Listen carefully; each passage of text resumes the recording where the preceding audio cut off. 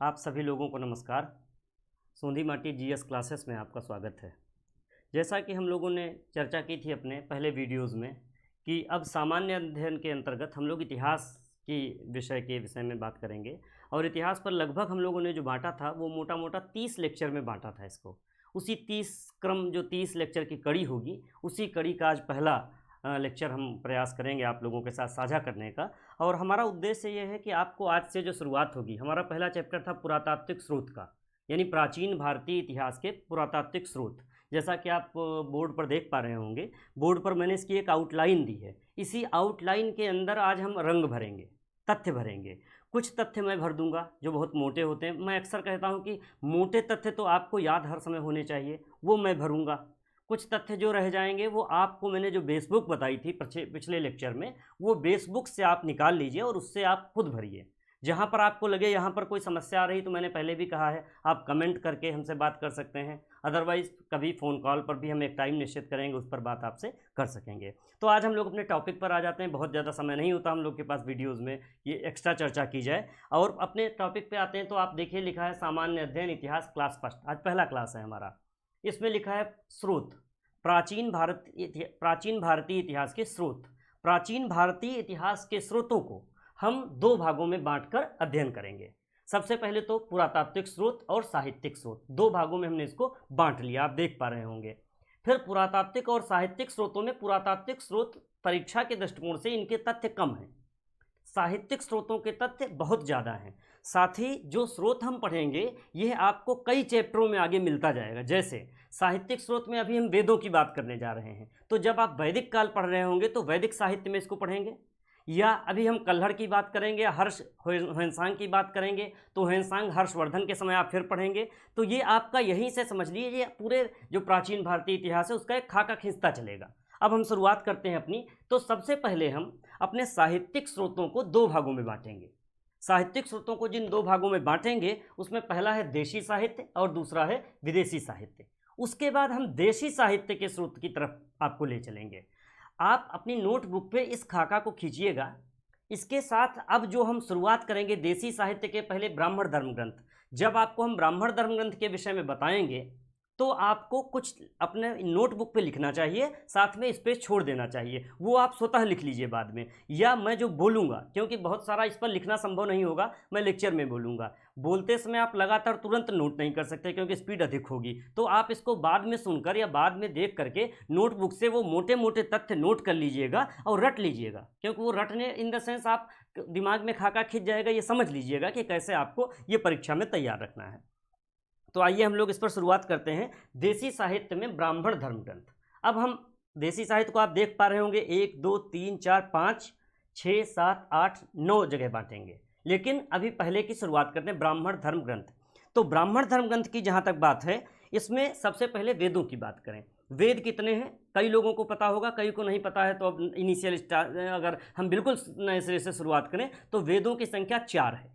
वेदों की संख्या 4 है। जो पहला वेद है उसका नाम है ऋग्वेद। तो आपकी हेडिंग क्या हो जाएगी? ऋग्वेद। वेदों की जो संख्या 4 है, वेदों को संहिता या श्रुति कहते हैं। श्रुति इसलिए कहते हैं क्योंकि इनको सुना गया है। वेद माना जाता है अपौरुषेय है, यानी व्यक्ति के द्वारा लिखे नहीं गए हैं, बल्कि कहीं न कहीं से संकलित हैं। वेदों का संकलन किया गया है, श्रुति हैं, ये नित्य कहे जाते हैं। अब आप ब्राह्मण ग्रंथ में वेद 4 हैं। ऋग्वेद के विषय में पहला तथ्य आपका जो नोटबुक पे आएगा स्टार लगाकर, वो होगा कि यह प्राचीनतम वेद है। अब आपको मैं तथ्य दे रहा हूं, इन तथ्यों को आप अपनी नोटबुक में मोटे मोटे अक्षरों में लिखें। इन्हीं तथ्यों से परीक्षा में आपका सीधे प्रश्न आएगा, आप उस पर फोकस करें। फिर आपको लगे कि कुछ कम रह गया है, तो जब आप हमारी बेसबुक पढ़ेंगे, एनसीईआरटीज पढ़ेंगे, जो मैंने बेसबुक बताई थी, या कोई अच्छी बुक पढ़ेंगे किसी राइटर की, तो स्वतः फिल होता चला जाएगा और आपका अध्ययन और अच्छा हो जाएगा। तो ऋग्वेद प्राचीनतम ग्रंथ है। इसमें 10 मंडल हैं। ये बातें सब आपके मतलब की हैं। 10 मंडल हैं, 1028 सूक्त हैं, 1028। ऋग्वेद के प्रथम और अंतिम जो 2 मंडल हैं वो माना जाता है बाद में जोड़े गए हैं, और 2 से 7 तक सर्व प्राचीन, सबसे प्राचीन जो है वो 2 से 7 तक माने गए हैं। इसके बाद आपका जो टाइम है ऋग्वेद का, वो आप लिख सकते हैं 1500 BC से, यानी हम लोगों ने BC और AD की चर्चा की थी नहीं की थी तो अभी करेंगे। 1500 BC से 1000 BC तक, यानी 1500 ईसा पूर्व से 1000 ईसा पूर्व के बीच ये लिखा गया था। BC यानी कि आप यहाँ पर छोटा सा मैं लिख देता हूँ इस पर, BC और AD ये दो शब्द हैं, आपको हमेशा ध्यान रखने पड़ेंगे। पहले वाले का लिख लीजिए बिफोर क्राइस्ट, यानी ईसा के जन्म से पहले, ईसा के जन्म से पहले। और AD का मतलब है एन्नो डोमिनी, एक शब्द होता है एन्नो डोमिनी। एन्नो डोमिनी का मतलब है in the year of Lord, यानी ईसा का जन्म हो गया उसके बाद की बात है। हम लोग हमेशा BC और AD में ही चूंकि बात करेंगे तो आपको ये बहुत क्लियर रहना चाहिए कि किसी का जन्म हुआ, मैंने कह दिया मान लिया बुद्ध का जन्म इतने में हुआ था 500 साल, अभी हम लोग आगे पढ़ेंगे तो आप AD से ही क्लियर हो जाए कि ईसवी सन की बात कर रहे हैं, और BC से बिफोर क्राइस्ट ईसा पूर्व की बात कर रहे हैं, आपको ध्यान रखना होगा। इसके बाद आपका ये लैटिन शब्द हैं दोनों, BC और AD। एन्नो डोमिनी जो है ये एन्नो डोमिनी लैटिन शब्द है। ईरानी ग्रंथ था एक, जब हमारे वहाँ ऋग्वेद लिखा गया, जो भाषा है ऋग्वेद की, उसी समय ईरानी ग्रंथ का नाम है जेंद अवेस्ता। पूछ सकता है कभी भी ईरानी किस ग्रंथ से समानता है, तो आपको पता होना चाहिए ईरानी ग्रंथ जेंद अवेस्ता से इसकी समानता है। फिर इस हर एक वेद, 4 वेदों की बात की हमने अभी, पहले ऋग्वेद पे चर्चा कर रहे हैं। हर एक वेद के गायक का एक नाम होता था, और परीक्षा में अक्सर पूछ लिया जाता है कि इस वेद के पुजारी को या इस वेद के गायक को क्या कहते थे। तो जो ऋग्वेद के पुजारी का नाम है उसका नाम है होता, होता, इसको नोट कर लीजिएगा अपने पॉइंट में। नेक्स्ट फिर आ जाएगा, ऋग्वेद के अंदर भी तमाम संहिताएं लिखी गई ऐसा मिलता है, लेकिन उसमें से केवल शाकल संहिता ही उपलब्ध है वर्तमान में, उसी को हम लोग पढ़ते हैं, शाकल संहिता। इसके ऋग्वेद के संकलनकर्ता का नाम है महर्षि कृष्णद्वैपायन व्यास, महर्षि कृष्णद्वैपायन व्यास। एक और महत्वपूर्ण तथ्य है, ऋग्वेद से आता है, सब लोग जानते होंगे, गायत्री मंत्र बहुत फेमस है, जिसको कि विश्वामित्र द्वारा रचा गया, ऋग्वेद के 3रे मंडल में मिलता है। आपके लिए महत्वपूर्ण, ऋग्वेद के 3रे मंडल में महर्षि विश्वामित्र द्वारा रचा गया श्लोक गायत्री मंत्र है, ओम भूर्भुवः स्वः, पूरा आप तमाम लोग जानते होंगे। इसके बाद हम चर्चा करेंगे नवा मंडल, यानी कि हमने कहा 1 से 10 मंडल हैं, तो नवा मंडल सोम को समर्पित है। परीक्षा में प्रायः पूछा गया है कि नवा मंडल किस देवता को समर्पित है। 4 देवताओं के नाम आ गए, अग्नि, इंद्र, सोम, वरुण, तो आपको पता होना चाहिए सोम को समर्पित है। इसके बाद हम लोग एक जो 10वां मंडल है ऋग्वेद का, बाद में जोड़ा गया, इसमें पुरुष सूक्त का उल्लेख है, बहुत इंपॉर्टेंट रहा, क्योंकि जो भारत की जाति व्यवस्था तो बाद में आई, वर्ण व्यवस्था जो बांटी गई, वर्ण व्यवस्था का जो जनक है वो पुरुष सूक्त है। माना जाता है एक महा व्यक्ति, महाब्राह्मण व्यक्ति या इस तरह का था, जिसके 4 अंगों से 4 इनका वर्णों का जन्म हुआ। वर्ण पहले कर्म के आधार पर हुआ करते थे, बाद में आते आते वो जातियों पर बट गए, तो उस तरह से जो 4 वर्ण हैं उनका जन्म पुरुष सूक्त से हुआ। ये ऋग्वेद के 10वें मंडल में है, इसको नोट कर लीजिए आप। इसके बाद एक और महत्वपूर्ण व्याख्यान है वामनावतार, आपने सुना होगा अगर, वामन अवतार का, उसका उल्लेख भी ऋग्वेद में ही मिलता है। बस इतना आपकी जानकारी के लिए। वामनावतार के विषय में सिर्फ इतना जानिए कि वामन भगवान विष्णु का अवतार थे, और भगवान विष्णु के ये 5वें अवतार थे। त्रेता युग के 3रे थे, यानी कि इसमें माना जाता है विष्णु अपने 5वें, इसकी थोड़ी छोटी सी एक कहानी है आपके भविष्य के लिए कि वामनावतार आखिर था क्या। एक राजा बलि थे, असुर राजा, राक्षस राजा थे, और बलि ने सारा जीत लिया था। फिर सब देवता लोग पहुँचे भगवान विष्णु के पास कि अरे सब गड़बड़ा जाएगा, पूरा सिस्टम नष्ट हो रहा है, बलि जो है पूरा, और बलि बहुत दानवीर राजा था, असुर राजा बलि जो था, बलि बहुत दानवीर था। तो भगवान विष्णु ने वामन का रूप लिया, यानी बौने ब्राह्मण का रूप लिया, और बलि के पास पहुँचे। बलि से कहा कि दान में कुछ चाहिए, तो बलि तो दानवीर था, उदार था, औदार्यपूर्ण था, उसने कहा ठीक है मांग लीजिए जो मांगना हो। तो कहा कि क्या मांगे, तो उन्होंने कहा 3 पग जमीन हमको दे दीजिए। तो राजा बलि हंसे भी और कहा ये इतना छोटा सा बौना, और कह रहा 3 पग जमीन केवल दे दीजिए, वामनावतार में है सब। तो कहा कि ठीक है ले लीजिए। तो पहला पग जो था उन्होंने रखा, तो भूलोक उसको नाप लिया पहले पग में, यानी पूरी पृथ्वी उनकी नाप ली। भूलोक के बाद दूसरा पग रखा उन्होंने, तो देवलोक नाप लिया। दूसरे देवलोक के बाद तीसरा जो है, उन्होंने कहा कि अब तो ज़मीन बची नहीं है, तो उन्होंने कहा कि तो मेरे सर पर आप पैर रख लीजिए। तो तीसरा पैर उन्होंने सर पे रखा, और उसके बाद जब तीसरा पैर सर पर रखा तो वो पाताल लोक में चले गए बलि, और इस तरह से भगवान विष्णु के इस वामनावतार ने रक्षा की। इसके बाद रुक जाए, अब फिर चालू हुआ है लेकिन।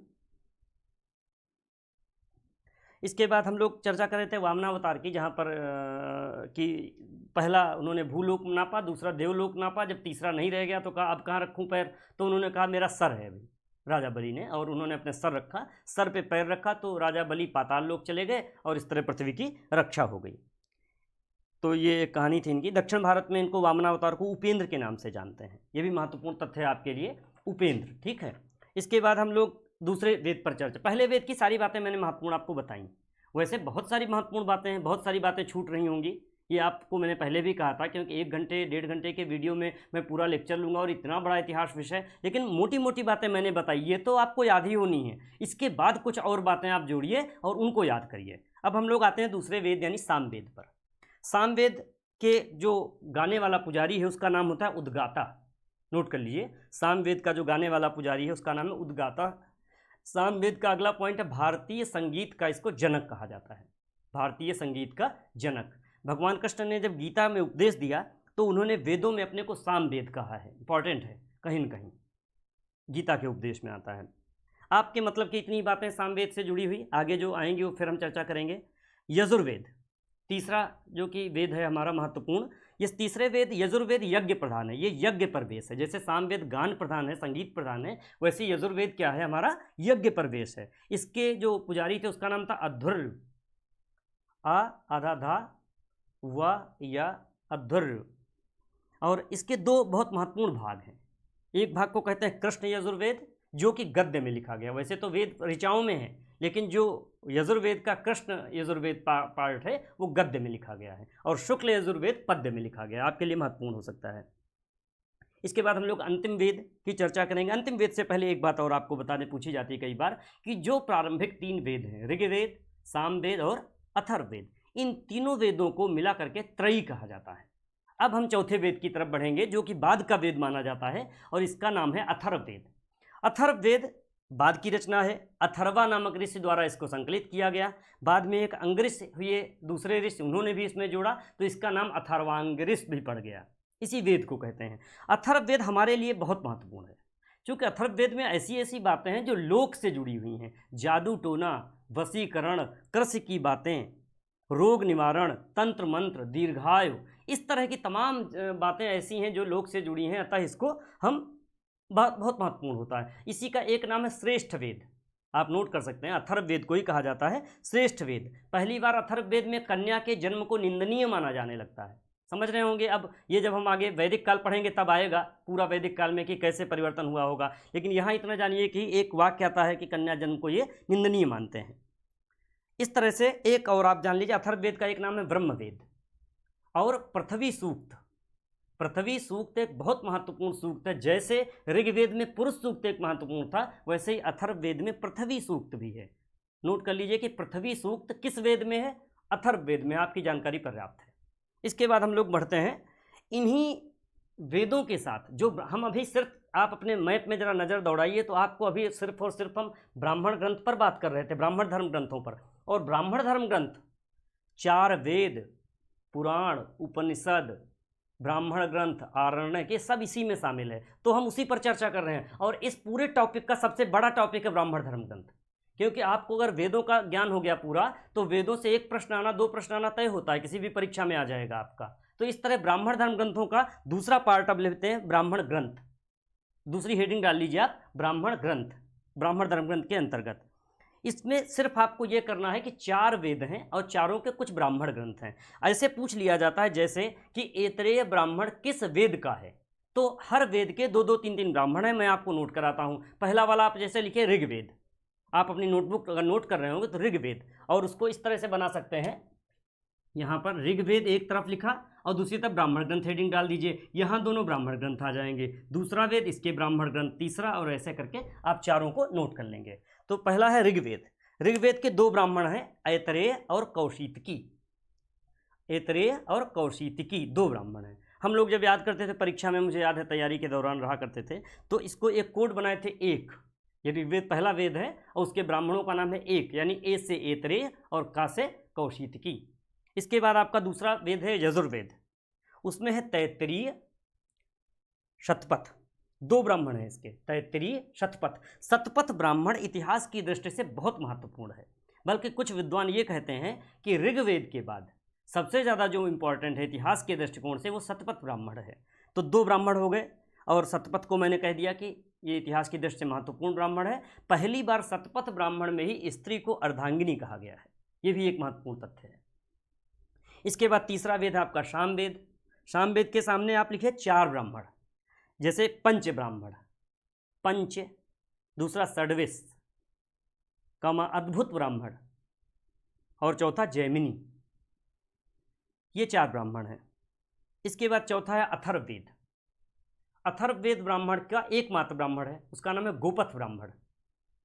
अब आपके सारे ब्राह्मण ग्रंथों को हमने लिखवा दिया, यानी आप इतने याद रखेंगे तो ये मोटा मोटा लिखिएगा नोटबुक में, कहीं कंजूसी नहीं कीजिएगा लिखने में कि लाओ बहुत पतला पतला लिखने पढ़ते समय, ऐसा नहीं करिएगा। मोटा मोटा लिखिएगा, हाइलाइटर रखिएगा। जब आप ब्राह्मण ग्रंथ पढ़ें तो आपके नज़र के नीचे ये ऐसा सीन छप जाए कि परीक्षा हाल में ये सीन आपको याद आ जाए, तब ये सफल होंगे। मैं बहुत आपको मोटे तथ्य नहीं देने जा रहा, मैं आज के लेक्चर में पूरा आपका इस चैप्टर को ख़त्म कर लूँगा, इसी तरह से 30 लेक्चर में लूँगा, तो आपको ये बातें पता हों। इसके बाद फिर मैंने कहा ना, कुछ रंग मैं दे रहा हूँ, कुछ रंग आप भर लीजिएगा, तो आपकी तस्वीर पूरी क्लियर हो जाएगी। और आपकी तस्वीर सिर्फ और सिर्फ उतनी ही है कि बस मोक्ष की प्राप्ति हो जाए आपको। जैसे पहले बताया था मैंने, मोक्ष आपका सिर्फ और सिर्फ परीक्षा में है और कहीं है नहीं अभी। ठीक है, आगे बढ़ते हैं हम लोग। ब्राह्मण ग्रंथों के अंतिम भाग को आरण्यक कहते हैं, सिर्फ इतना जान लीजिए आप। आरण्यक ग्रंथ की कभी बात चले तो आप बता सकें कि आरण्यक, वैसे आरण्यकों के भी नाम हैं, लेकिन चूँकि आप हिस्ट्री ऑप्शनल के स्टूडेंट नहीं हैं, आपको हिस्ट्री बहुत ज़्यादा परीक्षा में भी आ जाता है, और अगर आपको नहीं आता है तो मैंने कहा था आप 150 में 150 क्वेश्चन करने नहीं जा रहे, न संभव है वो। तो आप कम से कम इन चीज़ों को करें, और जब आपकी अच्छी पढ़ाई हो जाए, लगे कि नहीं अब ज़रूरत है, तो आरण्यक भी अपने चुपचाप उठाइएगा बेसबुक, कहीं से मतलब के नोट कर लीजिएगा। नेक्स्ट आ जाइए, हम लोग अब आते हैं उपनिषद, अगला टाइटल। ब्राह्मण धर्म ग्रंथ का अगला टॉपिक है उपनिषद। उपनिषद के अंतर्गत 108 उपनिषद, ब्रैकेट में लिख लीजिए, उपनिषद के आगे ब्रैकेट में 108, 108 उपनिषद माने गए हैं। शंकराचार्य का नाम सुना होगा सबने, नहीं सुना है तो हम लोग आगे चर्चा करेंगे शंकराचार्य के विषय में। बहुत एक महत्वपूर्ण भारत के दार्शनिक हुए शंकराचार्य। उन्होंने 10 उपनिषदों पर भाष्य लिखा है, उनके भाष्य उपलब्ध हैं। वैदिक साहित्य का ये अंतिम भाग है। वैदिक साहित्य जो हम लोग वैदिक काल में पढ़ेंगे उसका अंतिम भाग है, उसको बोलते हैं उपनिषद। और इसी को कहते हैं वेदांत। वेदांत यानी वेदों का अंत, वेदों का अंतिम पार्ट। वेदों के कुछ नाम मैं ले रहा हूँ महत्वपूर्ण आपके लिए, जैसे ईश, केन, कठ, ये उपनिषद हैं, उपनिषदों के नाम ले रहा हूँ मैं। ईश उपनिषद, केन उपनिषद, कठ उपनिषद, प्रश्नोपनिषद, मांडूक्य उपनिषद, ऐतरेय उपनिषद। एक उपनिषद है बृहदारण्यक, वो एकमात्र है जो गद्य में है। इसके पहले हमने कृष्ण यजुर्वेद गद्य में पढ़ा था, वो वेद था। अब उपनिषदों में बृहदारण्यक जो है वो गद्य में लिखा गया है। फिर आगे हम लोग थोड़ी बहुत चर्चा करेंगे कुछ वेदों में, कुछ उपनिषदों में महत्वपूर्ण बातें जिनमें जो कही गई हैं। जैसे सत्यमेव जयते किस उपनिषद से, आपके लिए घर के होमवर्क में दे रहा हूं मैं, सत्यमेव जयते किस उपनिषद से लिया गया, आप लिख लीजिए और उसमें फिल कर लीजिएगा अपने घर में बैठ करके। महत्वपूर्ण है, कई बार पूछा गया है। यज्ञीय कर्मकांड और पशु बल की उपनिषदों में निंदा की गई है। यही कारण है कि यही उपनिषद हमारे आगे बौद्ध और जैन धर्म में जब तमाम बातें पढ़ेंगे, कहीं ना कहीं उपनिषदों से वो प्रेरित दिखाई देंगे आपको। अगला टॉपिक हमारा है वेदांग। इसी में अभी उपनिषद के बाद वेदांग। वेदांग के आगे ब्रैकेट में लिखिएगा 6 है, इनकी संख्या 6 है। वेदों के अंग, यानी वेदों को समझने के लिए कुछ पुस्तकों की ज़रूरत पड़ी, या कुछ ऐसे चैप्टरों के ऋषियों ने कुछ ऐसे सिस्टम डेवलप किया जिसके कारण हम वेदों को समझ सकें। जैसे उसमें 6 जो अंग रखे गए, तो शरीर के 6 अंगों से उनकी तुलना की गई है। अब वो 6 अंगों की तुलना हम कर लेते हैं। पहला शिक्षा, उसकी डैश आगे लगा करके लिखिए नाक। शिक्षा की जो तुलना की गई, आपके वेदांग 6 हैं, आप यहाँ पर लिखेंगे शिक्षा, ठीक है। शिक्षा के आगे आप लिखेंगे नाक, इसकी तुलना की गई नाक से। इसी तरह से दूसरा है आपका कल्प, कल्प, इसकी तुलना हाथ से की गई। तीसरा है व्याकरण, इसकी तुलना मुख से की गई। फोर्थ यानी कि चौथा है निरूक्त, इसकी तुलना कान से की गई। निरूक्त, इसकी तुलना कान से की गई। फिफ्थ है छंद, इसकी तुलना पैर से की गई। और लास्ट है ज्योतिष, छठा, इसकी तुलना आँखों से की गई। ये 6 अंग हैं जिनसे तुलना की गई। अब कल्प सूत्र, एक जो कल्प हमने बीच में लिखा, कल्प यानी हाथ से तुलना की गई, एक महत्वपूर्ण तथ्य आता है उसके विषय में जो हमको समझ में आया। कल्प सूत्र, कल्प सूत्र 4 हैं वैसे, जिनमें से शुल्ल सूत्र महत्वपूर्ण हो जाता है। कल्प सूत्र 4 हैं, आपको नहीं जानने की जरूरत, अब आप केवल मैं बता रहा हूँ। शुल्ल सूत्र आप लिखिए, कल्प सूत्र के आगे डैश करके शुल्ल सूत्र। शुल्ल का मतलब होता है माप, नापने की डोरी, नापने की डोरी। और आर्यों को ज्यामिति की ज्ञान का परिचय था। जो आर्य आए, हम लोग जब वैदिक काल पढ़ेंगे, ये सब वैदिक काल की बातें कर रहे हैं हम लोग इस समय, जो वेदों की और ये सब कर रहे थे। तो वैदिक काल में जब पढ़ेंगे कि आर्यों का क्या ज्यामिति का ज्ञान था, तो कहेंगे हाँ था, क्योंकि शुल्ल सूत्र मिलता है उनके वहाँ, जो नापने की डोरी पर डिपेंड था। इसके बाद व्याकरण के विषय में आपकी महत्वपूर्ण बात आएगी। जैसे व्याकरण मुख का परिचय अभी दिया हमने वेदांग में, एक किताब आएगी पाणिनि का अष्टाध्यायी, व्याकरण को समझने के लिए है। ये संस्कृत भाषा व्याकरण की प्रथम पुस्तक है, लिख लीजिए आप। संस्कृत भाषा व्याकरण की प्रथम पुस्तक है पाणिनि की अष्टाध्यायी। आपसे ऐसे ही पूछा जा सकता है अष्टाध्यायी का लेखक कौन है, पाणिनि, और ये व्याकरण पर पुस्तक है। एक और बहुत व्याकरण फेमस हुआ कात्यायन, उनका व्याकरण का नाम है वार्तिक। ये हालांकि अभी परीक्षा में नहीं एकदम पूछा गया, इसलिए पॉपुलर नहीं है, लेकिन आ सकता है कभी भी, कात्यायन का वार्तिक। इसके बाद ज्योतिष के विषय में, ये वेदांगों के विषय में ही जो महत्वपूर्ण बातें थी वो निकल कर आ रही हैं। ज्योतिष, एक लगध मुनि हुई है, लगध मुनि, ज्योतिष के विषय में उनकी पुस्तक का नाम है वेदांग ज्योतिष। लगध मुनि की पुस्तक का नाम है वेदांग ज्योतिष। अब आप आ जाइए, हम लोग इसमें अंतिम बात पढ़ेंगे, उसका नाम है पुराण, यानी ब्राह्मण धर्म ग्रंथ के अंतर्गत अंतिम बात है पुराण। पुराण इतिहास की दृष्टि से सर्वाधिक महत्वपूर्ण है, क्योंकि ये आख्यानों पर चलते हैं। पुराण क्या है? आख्यानों पर चलते हैं। आख्यान यानी कि तमाम राजाओं की वंशावलियां हैं, राजाओं के विषय में है। और इतिहास को चाहिए क्या? घटनाक्रम चाहिए, इतिहास चाहिए, राजाओं का जीवन शैली, उस समय क्या कैसे चलता था, इस राजा का कैसे जन्म हुआ, तमाम ऐसी बातें। चूँकि भारत में इतिहास लेखन की कोई परंपरा नहीं थी, ये बात कभी इतिहास के विद्यार्थी होने के नाते हम लोग तो काफ़ी पढ़ते थे इसको। भारत में इतिहास लेखन की इस तरह की परंपरा नहीं थी जैसी पश्चिम से या जैसी अरब देशों से बाद में भारत को मिली। भारत में इतिहास लिखने का एक इतिहास निकल आता है भारत में। जो वेद लिखे गए, वेद हमारे किस उद्देश्य से लिखे गए, उद्देश्य दूसरा था, लेकिन निकल कर हमने इतिहास उससे निकाल लिया। उसी तरह से पुराणों से हम इतिहास निकालते हैं। अब उसमें झूठ भी निकल सकता है, सच भी, ये इतिहासकार की दृष्टि है कि वो क्या लेता है। पुराण प्राचीन आख्यान थे, इनके संकलनकर्ता का नाम लिख लीजिए। वो महाभारत के वक्ता भी थे, लोमहर्षण। आप लिखिए महाभारत के वक्ता लोमहर्षण, इनका नाम है लोमहर्षण। लोमहर्षण ये महाभारत के वक्ता थे।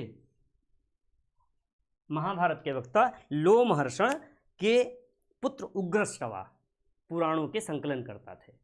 दो तीन बातें आ गई। महाभारत के वक्ता कौन थे? लोमहर्षण थे। उनके पुत्र उग्रश्रवा, जिन्होंने कि पुराणों को संकलन किया है। एक अन्य मत यह भी है कि व्यास जी को भी लोग मानते हैं कि उन्होंने भी पुराणों का संकलन किया था। इसके बाद आप पुराणों के नाम जान लीजिए, कुछ पुराणों के महत्वपूर्ण नाम, क्योंकि आपसे बात चले पुराणों के और आपको पुराण के नाम ही नहीं पता तो फिर काम नहीं चलेगा आपका। पुराणों के महत्वपूर्ण नाम है जैसे मत्स्य पुराण। इसके आगे और आप वहीं पे पुराण, जहाँ पर आप मत्स्य लिख रहे हैं उसी के आगे एक बात और लिख लीजिए डैश करके। मत्स्य पुराण के आगे लिखिए सबसे प्राचीन, सर्वप्राचीन, ये सबसे प्राचीन पुराण है। और उसके आगे डैश करके लिख लिए आंध्र सातवाहन एक वंश हुआ, उसकी जानकारी इसी से मिलती है। अब ये महत्वपूर्ण आपके लिए भी नहीं है एकदम से। आंध्र सातवाहन के कुछ राजा महत्वपूर्ण थे, जब हम पढ़ेंगे दक्षिण भारत के विषय में मौर्यों के साथ तब आ जाएगा, लेकिन आप केवल इतना जानिए आंध्र सातवाहन की जानकारी इनसे मिलती है। एक दूसरा पुराण है मौर्य विष्णु पुराण। विष्णु पुराण में मौर्यों की जानकारी मिलती है। दो। तीसरा महत्वपूर्ण है एक वायु पुराण, जिससे गुप्तों की जानकारी मिलती है। ये राजवंशों की जानकारियां इन पुराणों से मिलती है, इसलिए महत्वपूर्ण है। वैसे तो अपने आप में 18 संख्या है पुराणों की, आपने लिखी पुराण जहां लिखा है ब्रैकेट में लिख लीजिए 18 पुराण है, 18। राजकुलों का इतिहास है पुराणों में, पूरा प्राचीन आख्यान है। और इस तरह से पुराणों पर हमने बात आपसे की। पुराणों के बाद हम बात करेंगे, अब अपने अगले टॉपिक पे आ जाएंगे, यानी कि जो हमने चार्ट खींचा है ब्राह्मण धर्म ग्रंथ की बात हमने आपसे कर ली। अब देखिए कहीं ना कहीं हर एक टॉपिक में कुछ चीज़ें छूटेंगी। मैं कुछ पेज नोट करता हूँ, कुछ छोटी छोटी बातें। इससे क्या होता है, एकदम सारा याद नहीं रह सकता मुझे, और मैं नहीं चाहता हूँ कि आपका कहीं ये वाला नुकसान हो जाए कि कहीं कोई हम अपने उसके चक्कर में कि मैं तो ऐसे ही मौखिक लेक्चर दे लूँगा आपको पूरा और महत्वपूर्ण तथ्य छूट जाएगा। या तो मैं आपको कोई स्टडी मटेरियल प्रोवाइड कराता होता, ऐसा है नहीं, क्योंकि मैं कोई व्यावसायिक संस्था चलाता नहीं, मैं कोई व्यावसायिक नोट्स उपलब्ध नहीं करा सकता आपको। मैं तो सिर्फ और सिर्फ अपनी रुचि के लिए और आपको लाभ हो, बहुत सारे लोग कोचिंग नहीं ज्वाइन कर पाते, या मैंने जो अध्ययन किया मुझे जो सफलता मिली, इन बातों को कैसे सामने आपके आ जाए, तो मैं ये चाहता हूँ कि आपको भी बहुत सुविधाजनक रूप से मिल जाए। तो ये उद्देश्य है। तो मैं कुछ पॉइंट में नोट कर लेता हूँ कि आपको मेजर न छूटने पाए। तो मेरा प्रयास है कि मेजर मोटा, जो शब्द मैं बोलता हूँ हमेशा कि जो मोटे मोटे की पॉइंट है, छोटे छोटे एग्जाम्स में तो कई बार मोटे सवाल ही आ जाते हैं। आप तो सिविल सर्विसेज में आईएएस वगैरह परीक्षाओं के विषय में तो मैंने देखा उनके पेपर बहुत सूक्ष्म होते हैं, कई बार समझ ही नहीं आता, प्रश्न ही नहीं समझ आता, तो आंसर तो देना ही बहुत दूर हो गया। मैं जानता हूँ ये बात। तो लेकिन वहाँ भी आप जब जाएंगे तो लेकर तो इसी को शुरुआत करेंगे ना। पहली ईंट तो वही होगी आपकी, चाहे जितनी ऊंची आप मंजिल बनाएं। तो हम लोग पहले ईंट रख रहे हैं, फिर मंजिल आप कितनी ऊंची बनाते हैं ये आपको देखना होगा। आइए हम लोग चर्चा करते हैं स्मृति ग्रंथों पर। स्मृति ग्रंथ आप देख रहे होंगे सामने लिखा है, इसी को ब्रैकेट में लिख लीजिए धर्मशास्त्र। जो धर्म के शास्त्र हैं उनको माना गया स्मृति ग्रंथ हैं ये। सर्वाधिक प्राचीन लिख लीजिए मनुस्मृति। आप लिखिए मनुस्मृति, उसके आगे डैश करके लिख दीजिए सर्वाधिक प्राचीन। इसकी भाषा है लौकिक संस्कृत। आपकी जानकारी के लिए कि उस समय स्मृतियाँ किस भाषा में लिख रहे हैं, तो ये मनुस्मृति जो लिखी गई भाषा लौकिक संस्कृत। मनुस्मृति को लेकर और भी बहुत सारे विवाद होते रहते हैं, राजनीतिक भी कई विवाद हुए हैं इनको। आप क्यूरियोसिटी हो तो जानिएगा, जानकारी लीजिएगा। और बहुत अच्छा जिसकी हो बलवती कि नहीं नहीं मुझे तो पढ़ना ही है, तो आप ये पुस्तकें जो मैं नाम लेता हूँ पढ़िएगा, और जब पढ़िएगा तो मुझे भी उसका कुछ क्लू दीजिएगा, मैंने कुछ पढ़ी कुछ नहीं पढ़ी। इसके बाद शुंगकालीन है मनुस्मृति के विषय में भी, और एक तथ्य है कि शुंगकालीन है ये।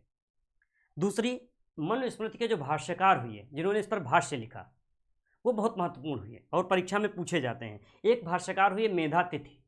मेधातिथि, यह आपका नाम मेधातिथि। मेधातिथि,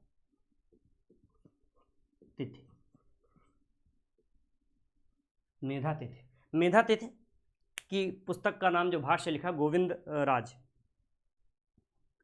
राज। और एक है याज्ञवल्क्य स्मृति। दूसरी नाम लिखे, मनुस्मृति की बात हो गई। याज्ञवल्क्य स्मृति पर एक फेमस भाष्य है विज्ञानेश्वर की मिताक्षरा, पूछी जाती है कई बार परीक्षा में, विज्ञानेश्वर की मिताक्षरा। स्मृति ग्रंथों के विषय में इतना ही अभी। इसके बाद बौद्ध साहित्य की तरफ बढ़ेंगे हम लोग। बौद्ध साहित्य देखिए अगला हम लोग का चैप्टर है। बौद्ध साहित्य के विषय में जब हम गौतम बुद्ध को पढ़ रहे होंगे, महात्मा बुद्ध को पढ़ रहे होंगे, उस समय हम इस पर थोड़ा और प्रकाश डालेंगे। अभी फिलहाल इतना जानें कि बौद्ध साहित्य की भाषा पाली है। बौद्ध साहित्य की भाषा पाली है। पाली, प्राकृत, अपभ्रंश, ये सब भाषाएं हैं जो हिंदी डेवलप होते होते ऐसे आई है।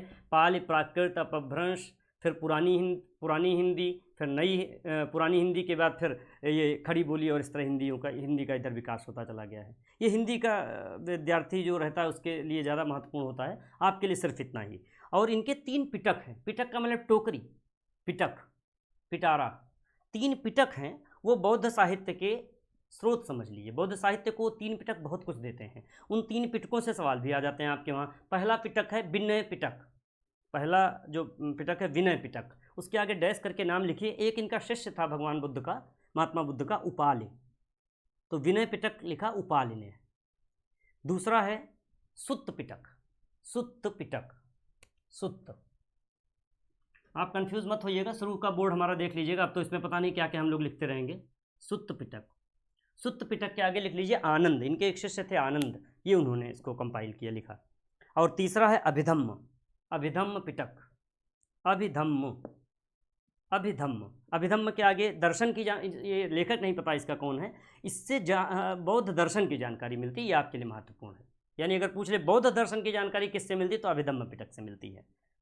फिर बौद्ध साहित्य में कुछ संस्कृत बौद्ध ग्रंथ और इम्पॉर्टेंट थे, उनकी जानकारी हमको लेनी चाहिए, जो संस्कृत में लिखे गए लेकिन वो बौद्ध साहित्य का स्रोत थे, इसलिए महत्वपूर्ण है। उसमें सबसे बड़ा नाम है अश्वघोष। आप लिखिए संस्कृत बौद्ध ग्रंथ, आप लिखिए कहीं पर अपनी कॉपी में, नोटबुक में, संस्कृत बौद्ध ग्रंथ, उसके साथ लिखिए अश्वघोष। अश्वघोष की रचनाएं, अश्वघोष बहुत बड़ा एक साहित्यकार हुआ, संस्कृत साहित्यकार। इन्होंने जो महाकाव्य लिखे उसके दो महाकाव्य हैं बहुत बड़े इनके। आप लिखिए अश्वघोष लिख लिया होगा, फिर लिखिए महाकाव्य और उसके आगे डैश लिखिए, दोनों नाम, बुद्ध चरित, बुद्ध चरित व सौंदरानंद, बुद्ध चरित सौंदरानंद। इसके बाद तीसरा होता है सारिपुत्र प्रकरण, ये इनका नाटक है। यानी इनकी 3 रचनाओं की बात हम कर रहे हैं, 2 महाकाव्य और 1 नाटक। नाटक का नाम है सारिपुत्र प्रकरण। इसके बाद हम लोग जैन साहित्य की तरफ बढ़ेंगे। जैन साहित्य आगम, इसको कहते ही आगम है। जैन साहित्य लिखिए, आगे ब्रैकेट में लिख लीजिए आगम। जैन साहित्य को क्या कहा जाता है? आगम कहा जाता है। और एकमात्र ग्रंथ की जानकारी हम लोग यहाँ पर कर रहे हैं, भगवती सुत्त, एक इनकी पुस्तक है भगवती सुत्त, जिससे महावीर के जीवन पर प्रकाश पड़ता है, इसलिए वो बुक इम्पॉर्टेंट है जैन साहित्य से रिलेट। वैसे तो जैन साहित्य का अगर पढ़ने लगेंगे पुस्तकें तो आप बहुत देर तक पढ़ सकते हैं, पुस्तकों के नाम ही पढ़ते रहेंगे 20 मिनट, इतनी सारी पुस्तकें हैं। हम लोग एक की चर्चा कर रहे हैं, भगवती सुत्त, महावीर के जीवन से संबंधित ये ग्रंथ है। इसके बाद आप आ जाइए, अगला टॉपिक है आपका लौकिक साहित्य। ये थोड़ा हमारे लिए फिर महत्वपूर्ण टॉपिक आता है, क्योंकि लौकिक साहित्य से परीक्षा में प्रश्न आते रहते हैं, आ सकते हैं। चूँकि लौकिक साहित्य यानी लोक के लिए लिखा गया साहित्य, तो लोक के लिए तो हमारे चर्चा में भी आता होगा। जैसे रामायण की बात करेंगे हम, रामायण किसने लिखी? तो सबसे पहले तो वाल्मीकि ने। अक्सर कई बार कन्फ्यूज़न रहता है, रामचरितमानस एक ग्रंथ है जो कि गोस्वामी तुलसीदास का है, और वाल्मीकि कृत रामायण। और ये जो अभी रामचरित ये आ रहा था, रामायण इस पर सीरियल आ रहा था, वो मैंने उनको सुना श्री रामानंद जी को, तो उन्होंने रामानंद सागर जी को, तो उन्होंने कहा कि उसमें उन्होंने रामायण वाल्मीकि, तुलसीकृत मानस और कंबन की रामायण एक तमिल की, और एक कृतिवास की रामायण, बांग्ला रामायण, उन्होंने कई रामायण को लेकर के मिला करके इसको बनाया था।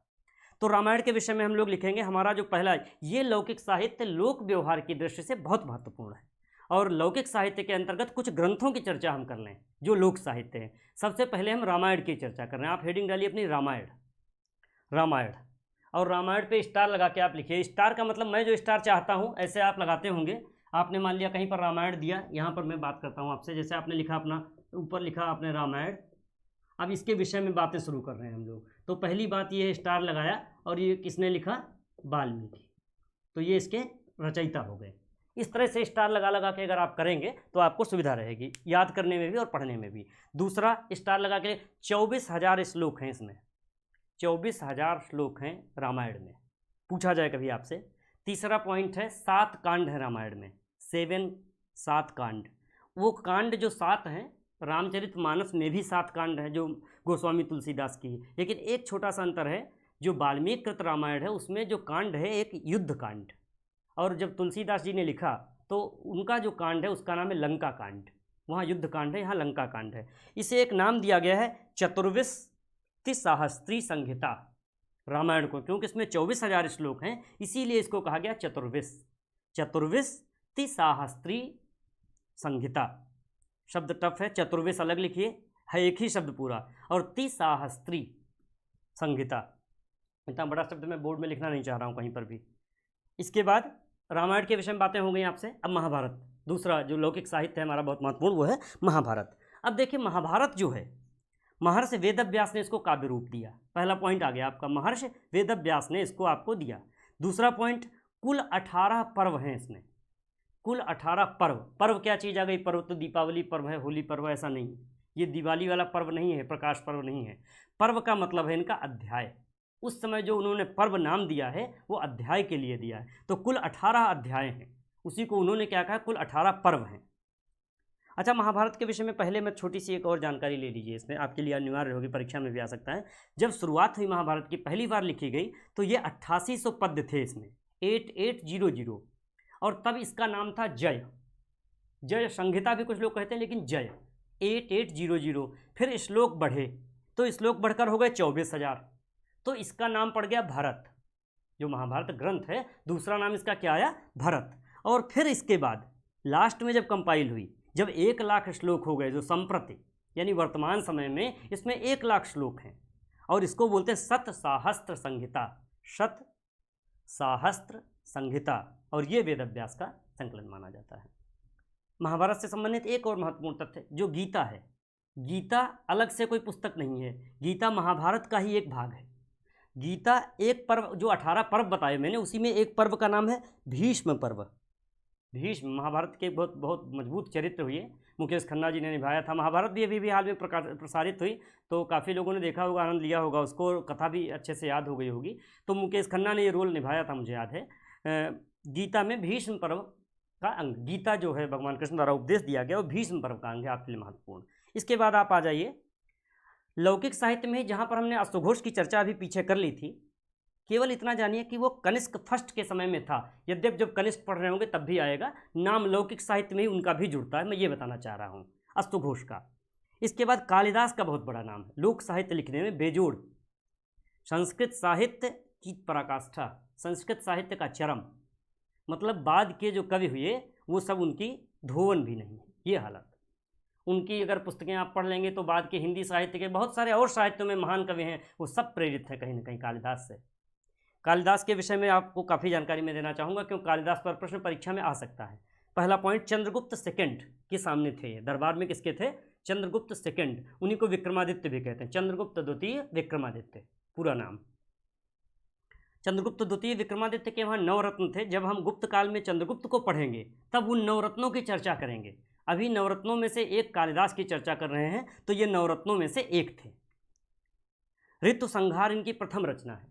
आप उसी तरह स्टार लगाइए और लिखिए ऋतु संहार आबलिक प्रथम रचना। फिर इनकी एक बहुत महत्वपूर्ण रचना है मेघदूत, ये वियोग श्रृंगार की रचना है।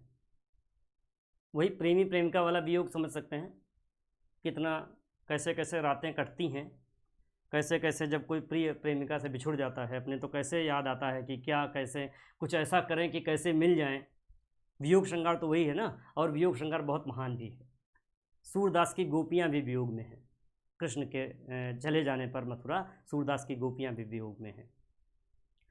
खैर हम लोग इन टॉपिक से दूर चलते हैं। कुमार संभव एक रचना है, इनकी महत्वपूर्ण रचना है आपके लिए। मैं जो लिखवा रहा हूँ ये रचनाएं महत्वपूर्ण, जैसे मेघदूत लिखवा, आपने ऋतु संहार प्रथम रचना लिखा, फिर मेघदूत, ये वियोग श्रृंगार की रचना है इनकी, इसलिए चर्चा आ गई। तीसरी कुमार संभव, ये हिमालय की छटा है, इसमें अद्भुत हिमालय की छटा उन्होंने, जो कवि ने चित्र खींचा है कुमार संभव में, वो हिमालय की छटा दिखाई देती है, दर्शनीय है। रघुवंश एक इनका बहुत महत्वपूर्ण काव्य है, रघुवंश। इसके बाद एक इनका नाटक है, जो पहला नाटक भी था, मालविकाग्निमित्रम। अग्निमित्र एक राजा हुआ, उस पर लिखा गया, मालविका उसकी एक पत्नी है, इसमें पत्नी है या चरित्र, जो भी चरित्र है मुझे याद नहीं, एग्जैक्ट पढ़ा नहीं मैंने। मालविकाग्निमित्रम, मालविकाग्निमित्रम प्रथम नाटक है ये आपको ध्यान रखना होगा। और प्लस कालिदास पर प्रश्न यह भी आ सकता है कि ये नाटक है या काव्य है, तो आपको ये भी ध्यान रखना होगा। जो शुरुआत में मैंने बताया वो सब काव्य हैं, ऋतु संहार, मेघदूत, कुमार संभव, रघुवंश, और अब मालविकाग्निमित्रम इनका प्रथम नाटक है। विक्रमोवर्षीय एक नाटक है इनका, विक्रमोवर्षीय। और जो इनको टॉप पे ले जाता है, जिसको विदेशी साहित्यकार, जिनकी आंखें विदेशी साहित्यकारों की आंखें उसी में रम गईं, आंखें हटाएं नहीं हटाएं, ऐसा जर्मन कवि गेटे कहता है कुछ, ठीक है। अभिज्ञान शाकुंतलम, उसको शाकुंतलम भी बहुत लोग कहते हैं, बहुत महत्वपूर्ण रचना हुई, और शायद कालिदास की सर्वोत्कृष्ट रचना, आप लिखिए आगे ब्रैकेट में, कालिदास की सर्वोत्कृष्ट रचना, सबसे अच्छी रचना अभिज्ञान शाकुंतलम। जब फुर्सत के क्षण आए कभी आपके जीवन में, जो लोग साहित्य प्रेमी हो तो पढ़िएगा, उसका हिंदी अनुवाद भी मिल जाएगा आपको, इसको पढ़ा है मैंने, अद्भुत रचना है, बहुत शानदार। कथा इसकी महाभारत के आदि पर्व से ली गई है। महाभारत में मैंने आपको बताया था ना 18 पर्व हैं, जैसे भीष्म पर्व से गीता, उसी तरह आदि पर्व एक है महाभारत का, उससे इसकी कथा ली गई है अभिज्ञान शाकुंतलम की। और जर्मन कवि गेटे एक बहुत बड़ा जर्मन कवि हुआ, उसकी प्रशंसा में कलम तोड़ देता, नहीं कहता कलम तोड़ लिख दिया, लिखा तो कलम तोड़ अभिज्ञान शाकुंतलम कालिदास जी ने नाटक, लेकिन जर्मन कवि गेटे ने उस पर लिखा। विलियम जोन्स एक हुई अंग्रेजी साहित्यकार, आगे आएगा नाम इनका, इन्होंने भारतीय साहित्य के लिए बहुत सारे काम किए, भारतीय साहित्य को सामने लाए। विलियम जोन्स ने भी इसका अंग्रेजी में अनुवाद किया। जर्मन कवि गेटे ने जर्मनी में किया, जर्मन में किया होगा, तो विलियम जोन्स ने इसको आंग्ल भाषा में इसको अनुवाद किया। ये अभिज्ञान शाकुंतलम है कुछ नहीं, दुष्यंत शकुंतला का मिलन है, और बस वही मिलन, समझ ही सकते होंगे मिलन की क्या पड़ा। दुष्यंत इसी परिवार से थे, जो ये कुरु वंश है पूरा महाभारत, हस्तिनापुर वाला। ये जाते हैं शिकार खेलने कर्ण आश्रम में, जंगल शिकार खेलने गए होंगे, तो कर्ण के आश्रम में मेनका एक अप्सरा हुई है, उसकी पुत्री शकुंतला, मेनका अप्सरा थी, अप्सराओं के पुत्रियाँ पुत्र नहीं होते थे, चूँकि पुत्री का जन्म हो गया तो वो इनको आश्रम में छोड़ गई कहीं, और ऋषि कर्ण को मिल गई मेनका, तो इन्होंने शकुंतला को फिर ऋषि कर्ण ने पाला, और ऋषि कर्ण ने पाला और उसको सारी शिक्षा दीक्षा दी। फिर वो शिकार करने जब दुष्यंत आए तो फिर उनको शकुंतला दिख गई, उनका मन मोहित हो गया, गंधर्व विवाह हो गया, शादी हो गई। फिर क्या था, शादी के बाद उनको जाना पड़ा, चूँकि उस समय महर्षि कर्ण थे नहीं, तो शकुंतला गई नहीं, और बाद में कहा ठीक है आएंगे, वो तो चले गए। वहाँ पर एक मुद्रिका दे गए थे परिचय की, जब लौट कर आए कर्ण ऋषि तो बहुत खुश हुए कि चलो जो पुत्री थी इसकी शादी हो गई, और इसको जो है जाना चाहिए वहाँ। तो वो दुष्यंत के वहाँ जाती है, दुष्यंत के दरबार में, तो दुष्यंत चूंकि वहाँ पर इस बीच क्या हुआ, इस बीच किसी दिन दुर्वासा ऋषि आए होंगे। आप लोग दुर्वासा ऋषि का नाम सुनते ही श्राप जैसी बात आती है दिमाग में, और तो कुछ आता नहीं। क्रोधी ऋषि थे और श्राप देते थे। ये शकुंतला खोई बैठी थी दुष्यंत की विरह वेदना में। उसी समय महर्षि दुर्वासा पूछे होंगे, कुछ इनसे क्वेश्चन किए होंगे कि बताओ ये बताओ। उसने जवाब नहीं दिया, उन्होंने श्राप दे दिया कि तुम जिसको याद कर रही हो वो तुमको अब भूल जाएगा। जब ये पहुंचते हैं दुष्यंत के वो, तो वास्तव में श्राप काम कर गया, उनका भूल गई।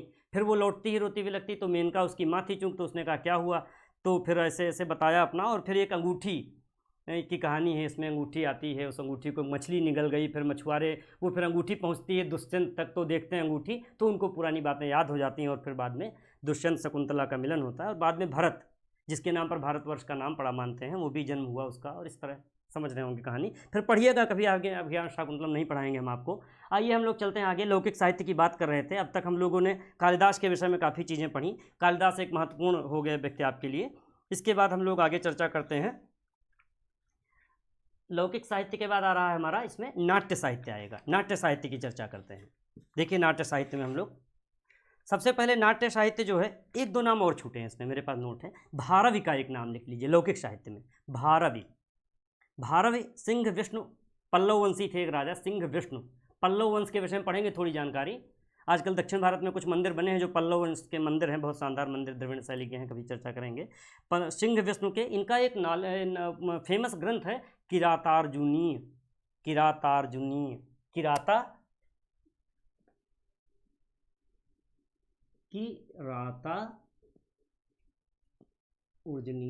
यानी अर्जुन से वो जुड़ा हुआ है, किरातार्जुनीय। और ये कालिदास के समकालीन थे, भारवी जो थे कालिदास के समकालीन थे।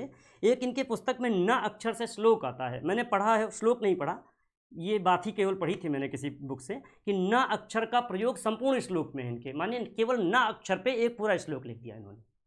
महान कवि थे भारवी। इसके बाद एक और महाकवि है माघ। माघ, शिशुपाल वध इनका एक, इनकी रचना है, लौकिक साहित्य में ही आएगी, महाकवि माघ, शिशुपाल वध। अब आते हैं नाट्य साहित्य पे। नाट्य साहित्य पे हमको कुछ नहीं करना है, 5-6 लेखक जो नाटक लिखे हैं और उनके सामने उनके नाटक वो लिख लेना, रचना लिख लेनी है। सबसे पहला जो नाम है भास। भास, अब यहाँ पर मैं आपको भास, ठीक है, ये यहीं पे लिखता रहूँगा, भास। भास नाटककार हुए, ये सर्वप्रथम नाटककार माने जाते हैं। आप पहली बात तो ये समझिए, माना जाता है पहले नाटक की रचना इन्होंने की। इनके नाटक के 2 नाटक हैं फेमस, बालचरित, स्वप्नवास वदत्ता, स्वप्नवास वदत्ता। इसके बाद विशाख दत्त एक बहुत बड़ा नाटककार हुआ, विशाख दत्त लेखक। इसके 2 नाटक हैं, ये गुप्तकालीन थे विशाख दत्त। एक नाटक का नाम है इनके मुद्रा राक्षस, मुद्रा राक्षस, और दूसरा नाटक था देवी चंद्रगुप्तम। ये सब इतिहास के स्रोत बनते हैं। क्यों? हम लोग देखो, आप वहाँ जड़ मत भूल जाइएगा अपनी, कहाँ से चले थे हम लोग, स्रोत से चले थे हम लोग। ये अंदर क्या पढ़ रहे हैं, ये तो इसके अंदर शाखाएं पढ़ रहे हैं, स्रोत की बात कर रहे हैं। तो अब अगर जोड़ें थोड़ा सा, हम यहाँ पे 1 मिनट लेंगे आपका, 30 सेकंड। देवी चंद्रगुप्तम को अगर जोड़ें कि देवी चंद्रगुप्तम क्यों हम लिख रहे हैं अपनी पढ़ाई में, विशाख दत्त का एक देवी चंद्रगुप्तम नाटक है, क्योंकि देवी चंद्रगुप्तम नाटक से गुप्त काल की बहुत सारी ऐसी बातों पर प्रकाश पड़ता है जो कि अन्य जगह से नहीं मिलती, तो हमारे इतिहास का वो स्रोत बन जाता है। इसके बाद शूद्रक, मृच्छकटिक, इसकी रचना का नाम है मृच्छकटिक। शूद्रक की रचना का नाम है मृच्छकटिक।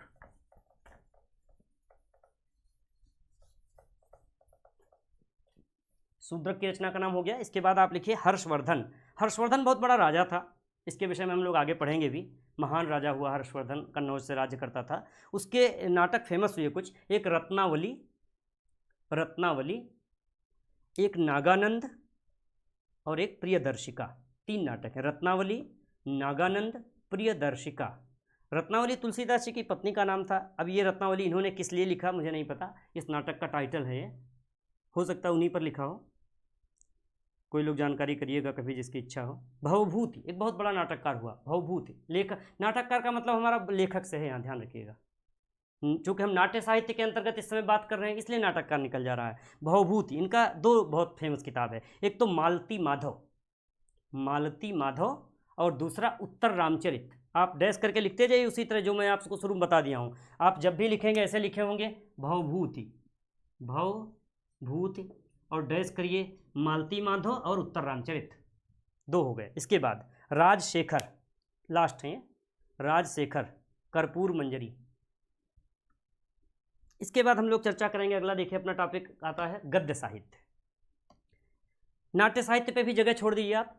आपसे मैंने पहले कहा हर हेडिंग के बाद 5 लाइन छोड़ दीजिए, कंजूसी मत कीजिए ये वाली, क्योंकि वो पेज आपके आगे काम आने वाले हैं, बच्चों को पढ़ाएंगे तो भी काम आएंगे आपके। नाट्य साहित्य के बाद गद्य साहित्य। गद्य साहित्य में बाण भट्ट एक बहुत बड़ा, हर्ष, जो हर्ष की बात आ रही, हर्ष बहुत साहित्य प्रेमी था, उन्हीं के दरबार में रहते थे बाण भट्ट। तो ये हर्ष के दरबारी कवि थे, गद्य मतलब लिखते थे, कवि नहीं गद्यकार थे, हर्ष के यहाँ थे। और इनकी 2 रचनाएं फेमस हैं। जब हर्ष के वहाँ रहते थे तो किस पर लिखे होंगे बाण भट्ट? हर्ष पर, जिसकी खाओगे उसी की गाओगे, तो हर्षचरित। और बहुत तारीफ करता है बाण भट्ट, इतनी तारीफ कभी कभी करता है कि कई लोगों को इसकी बातें हटानी पड़ी। जहाँ पर हर्ष पराजित होने लगता है वहाँ चुप हो जाता है, एकदम साइलेंट मोड में चला जाता है। हर्ष हार ही नहीं सकता, क्योंकि हर्ष के अंदर तो बहुत क्षमता थी, लेकिन ये ऐसे हर्ष को ऊपर ले जाता है। नो डाउट हर्ष एक बहुत शानदार शासक भी था। दूसरी रचना इनकी महत्वपूर्ण है कादम्बरी, कादम्बरी। और दूसरे गद्य साहित्य के बड़े लेखक हैं अपने दश कुमार चरित। दंडी मतलब लेखक हैं दंडी, इनकी रचना का नाम है दश कुमार चरित। दंडी की रचना का नाम है दश कुमार चरित। इसके बाद अगला हम लोग का हेडिंग है ऐतिहासिक काव्य ग्रंथ। आइए चर्चा करते हैं इस पर। ऐतिहासिक काव्य ग्रंथ यानी कि जो काव्य ग्रंथ जिन कविताओं को लिखा गया, कविताओं के माध्यम से लिखा गया, पद्य में लिखा गया, लेकिन वो हमारे काव्य ग्रंथ इतिहास के स्रोत के रूप में प्रयोग होने लगे। इसमें जो सबसे बड़ा नाम आता है वो आता है कल्हड़ का। कल्हड़, क्योंकि माना जाता है कल्हड़ की जो रचना है राजतरंगिणी, वो पहली ऐसी रचना है जो अपने वहाँ इतिहास को बताती है। इतिहास के विषय में शुद्ध ऐतिहासिक रचना कल्हड़ की राजतरंगिणी पहली रचना है। इसमें 8 तरंग हैं। जैसे महाभारत में पर्व थे, वैसे ही यहाँ पर तरंग बोलते हैं अध्याय को। तो इसमें कितने तरंग हैं? 8 तरंग हैं। इसकी भाषा संस्कृत लिख लीजिए, कल्हड़, राजतरंगिणी, 8 तरंग, संस्कृत भाषा। और कल्हड़ का एक और काम लिख लीजिए कि रहते कहाँ थे? कश्मीर नरेश जयसिंह के वहाँ रहते थे, कश्मीर में रहते थे। कश्मीर नरेश थे जयसिंह, इनके वंश का नाम मैं मिस कर रहा हूँ। वो वंश वगैरह जब हम लोग कश्मीर का इतिहास पढ़ रहे होंगे तो छोटा सा इनका जरूर आएगा, वहाँ पर पढ़ेंगे कश्मीर के इतिहास में। और इधर क्योंकि कश्मीर इतिहास नहीं पढ़ेंगे तो दिद्दा छूट जाएगी। दिद्दा एक बहुत बड़ी शासिका हुई कश्मीर की, जो महिला राजवंश राजा, उसने राज्य किया अपना। और महत्वपूर्ण यह है कि कल्हड़ के विषय में इस राजतरंगिणी को बाद में 2 और लेखकों ने पूरा किया। बाद में जब पढ़ रहे होंगे जोन राज श्रीवर, तब आएगा नाम। आगे करते हैं, बिल्हड़ का नाम लिखिए। कल्हड़ के बाद बिल्हड़ दूसरा एक बड़ा लेखक है, और इसकी रचना का नाम है विक्रमांक देव चरित। विक्रमांक देव चरित, बिल्हड़, बिल्हड़ विक्रमांक देव चरित। ये भी बहुत महत्वपूर्ण लेखक हुए। इससे इतिहास का स्रोत हमारा महत्वपूर्ण स्रोत है। और तीसरी रचना और अंतिम रचना ऐतिहासिक काव्य ग्रंथ के रूप में कौटिल्य। अक्सर पूछा जाने वाला सवाल, कौटिल्य की रचना का नाम अर्थशास्त्र।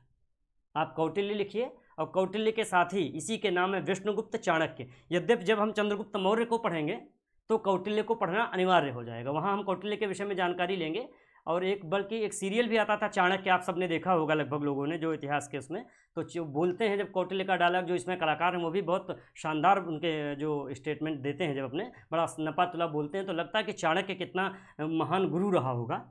तो चाणक्य, कौटिल्य, विष्णुगुप्त, ये तीनों नाम उसी व्यक्ति के हैं। इनकी रचना का नाम अर्थशास्त्र है, और इससे मौर्य वंश की इनको बहुत सारी जानकारी मिलती है। इसमें अर्थशास्त्र है, लेकिन अर्थ से इसका लिंक नहीं है, ये पूरी राज व्यवस्था पर बुक लिखी गई है। इसके बाद अगला टॉपिक अपना लिखते हैं कथा साहित्य। कथा साहित्य, कथा साहित्य में पहला नाम लिखिए गुणाढ़। गुणाढ़, गुणाढ़, गुणाढ़। और गुणाढ़ की पुस्तक का नाम है बृहत कथा मंजरी। देखिए थोड़ा थोड़ा लिखते जाइए, थोड़ा आपके पास फेसबुक होंगी, उनमें सब में मिलेगा। ये कोई मैं नया निकाल करके कहीं से थोड़ा लाया हूँ, ये सारी चीज़ें आपकी फेसबुक से लेके किन किन पुस्तकों से हैं। मैं कोशिश कर रहा हूँ जो मोटे मोटे तथ्य हैं वो आपको दे दूँ, और मैं इसीलिए पेज में भी नोट करके लाता हूँ। मेरी बिल्कुल इच्छा नहीं है इस विषय में कि मैं आपको ये सिद्ध करूँ कि नहीं ये यही मिलेगा, ये सब ऐसा नहीं, ये सब तो हर जगह मिलेगा आपको। बस मैं कंपाइल करके आपको दे रहा हूँ। हो सकता है 4 लाइन में जहाँ से उठाया हूँ सेम 4 लाइन आपके सामने रहे, वहाँ आप उन 4 लाइनों को नहीं पढ़ेंगे, क्योंकि आप उस पर खुद पढ़ रहे होंगे। यहाँ मेरा लेक्चर सुन रहे हैं तो हो सकता है इससे आप पर ध्यान चला जाए। वैसे वीडियो क्लासेस में एक लाभ है, क्लास में तो लाभ होता नहीं था, यहाँ से आप भाग सकते हैं आराम से, जब इच्छा हो, जहाँ से इच्छा हो वहीं से छोड़ दीजिए। बिल्कुल खुश खुश चाय पीजिए, कहिए बाद में देखा जाएगा। जब क्लास पढ़ाया जाता है तो उसमें तो शोषण होता है, छात्र का दबाव होता है, उसमें मजबूरी में बैठना पड़ता है उसको। ठीक है, चलिए आइए हम लोग आगे चर्चा करें। एक नाम लिखा आपने गुणाढ्य बृहत कथा मंजरी, दूसरा नाम है सोमदेव। ये कथा साहित्य जिससे इतिहास मिलता है। सोमदेव कथा सरित सागर, इसकी पुस्तक का नाम है, सोमदेव की पुस्तक का नाम है। दूसरा लेखक जो हमारा है सोमदेव, और इनकी पुस्तक का नाम सामने लिख लीजिए, कथा सरित सागर, कथा सरित सागर तीसरी पुस्तक का नाम। और तीसरी पुस्तक इंपॉर्टेंट, देखिए इंपॉर्टेंट तो ये भी है, मोटे तो मैं लिखवा ही रहा हूँ, मैं कोई सूक्ष्म में नहीं जा रहा हूँ, लेकिन फिर भी ये और इम्पॉर्टेंट है। ये कुछ होता था ना, उस पर हाथ बड़ा ऐसे बना देते थे, ऐसे हाथ बना करके, ये मतलब इंपॉर्टेंट हो गया आपके लिए, या उस पर रेड खींच देते हैं डबल। पंचतंत्र, पंचतंत्र के विषय में इसके लेखक का नाम लिखे विष्णु शर्मा, गुप्तकालीन रचना है ये पंचतंत्र। ये एक राजा था अमरकीर्ति, तो उसके कई मूर्ख पुत्र थे। अमरकीर्ति राजा के मूर्ख पुत्रों को शिक्षा देने के लिए विष्णु शर्मा ने पंचतंत्र नामक कथा साहित्य का निर्माण किया था। कथाएं खूब लिखी, जिससे उसके मूर्ख पुत्रों को शिक्षा मिले। अब उसके मूर्ख पुत्रों को शिक्षा मिली कि नहीं मिली नहीं पता, लेकिन विष्णु शर्मा की पंचतंत्र को आज तक हम लोग तमाम कथाओं में आप नहीं जान पाते, और कई बार पंचतंत्र की कथा पढ़ जाते हैं, ये कारण है। तो उसके 5 भाग हैं इनके, जो शिक्षा के लिए बनाए गए थे। जैसे उसके मित्र भेद, मित्र लाभ, ऐसे आपको जरूरत नहीं जानने की, सिर्फ इतना जानिए कि पंचतंत्र विष्णु शर्मा की रचना है, और वो अमरकीर्ति नामक राजा के मूर्ख पुत्रों को शिक्षा के लिए किया गया। अगला हितोपदेश, अगली रचना है हितोपदेश, हितोपदेश। हितोपदेश के आगे लिख लीजिए नारायण इसके रचनाकार हैं, नारायण लेखक हैं इसके।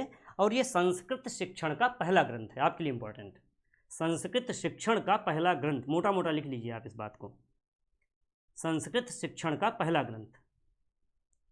बहुत सारी पुस्तकों का इंपॉर्टेंस इसलिए बढ़ जाता है कि उन पर बाद में काम कर दिया जाता है, ये भी एक रचना का ध्यान रखिए हमेशा। जैसे हितोपदेश को एक ताजुल माली, हम लोग जब पढ़ेंगे मुगल काल सल्तनत पढ़ रहे होंगे, सल्तनत काल में साहित्य पढ़ रहे होंगे, फारसी साहित्य, तो आएगा एक नाम ताजुल माली। ताजुल माली ने हितोपदेश का अनुवाद कर दिया फारसी में, तो वो रचना क्या हुई, लोकप्रिय हो गई। तो हितोपदेश लोकप्रिय हो गई, तो अब परीक्षा में आने का इससे बढ़ जाता है आपके लिए।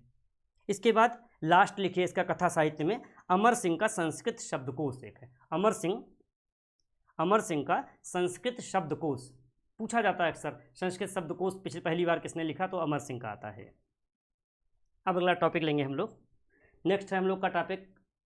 अब आप समझ रहे होंगे टॉपिक कहाँ जाएगा आपका। देखिए हम लोगों ने ये सब कर लिए, ये किए, फिर हम लोगों ने ये चारों कर लिए, कथा साहित्य तक आ गए। अब देसी साहित्य हमारा यहीं पर पूरा होता है।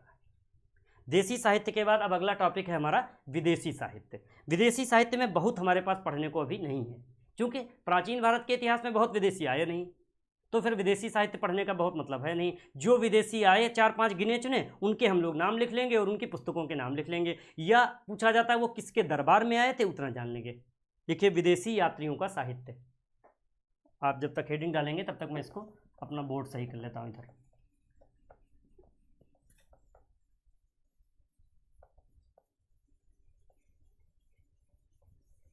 विदेशी यात्रियों का साहित्य, पहला नाम लिखिए सबसे इंपॉर्टेंट, मेगस्थनीज। आप नाम लिखिए मेगस्थनीज।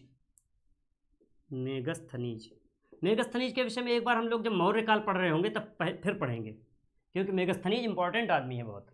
इसने ऐसा लिख दिया कि मौर्य काल को समझने के लिए हमको चाणक्य की, वो विष्णुगुप्त की कौटिल्य का अर्थशास्त्र तो है ही है, साथ में मेगस्थनीज एक बहुत बड़ा इंपॉर्टेंट व्यक्ति हो गया। तो मेगस्थनीज को जानेंगे। मेगस्थनीज को फिलहाल 3 बातें इनके विषय में आप जानिए। मेगस्थनीज पुस्तक का नाम इंडिका,